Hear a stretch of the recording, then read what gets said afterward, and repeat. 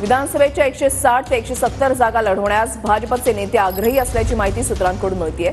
भाजपने 160 पेक्षा कमी जागा लढवू नये अशी विनंती स्थानिक नेत्यांकडून भाजपच्या दिल्लीमधल्या नेत्यांना करण्यात आल्याची सूत्रांची माहिती आहे।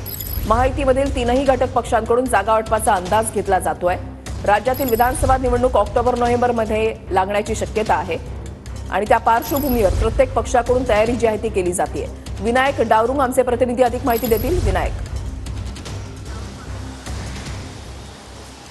रुशाली बरोबर आहे। लोकसभा निवडणुकीमध्ये भाजपला यश जे आहे ते तेवढं चांगलं जे आहे ते मिळालेलं नाही आणि त्यामुळे भाजपने आता मिशन विधानसभा जे आहे ते सुरू केलेलं आहे। 160 ते 170 जागा भाजप लढणार असल्याची माहिती जी आहे ती मिळते। आग्रह तसा भाजप नेत्यांचा असल्याची सध्या माहिती मिळते।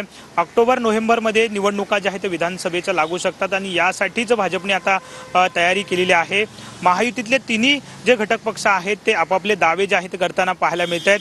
भाजपने सुद्धा 160 ते 170 जागा आपल्याला पदरात पडाव्यात अशी स्थानिक जे कार्यकर्ते किंवा नेते आहेत यांची मागणी आहे आणि त्यांनी तसे दिल्लीचे प्रमुख जे नेते आहेत त्यांच्याकडे तशी करण्यात आलेली आहे। त्यामुळे साहजिकच आहे महायुतीमध्ये लढत असताना भाजप आता मित्र पक्षांना सोबत घेत असताना किती जागांवरती नेमकं लढतं हे भविष्यात कळेल, परंतु सध्या मात्र आपण जर पाहिलं तर जी माहिती मिळते त्या माहितीनुसार 160 ते 170 जागा भाजपला विधानसभेसाठी हव्या आहेत। कारण आपण जर पाहिलं तर भाजपला पुन्हा एकदा विधानसभेवरती आपला सरकार जे आहे ते बनवायचं आहे आणि त्याची तयारी भाजपकडून मोठ्या प्रमाणात केली जाते। प्रभारी जे आहेत ते केंद्रातले वारंवार महाराष्ट्रात येतात, बैठका घेत आहेत। आज सुद्धा एक महत्त्वपूर्ण बैठक जी आहे ती पार पडणार आहे। त्यामुळे दावा जो आहे तो भाजपकडून 160 आणि 170 चा केला जातोय।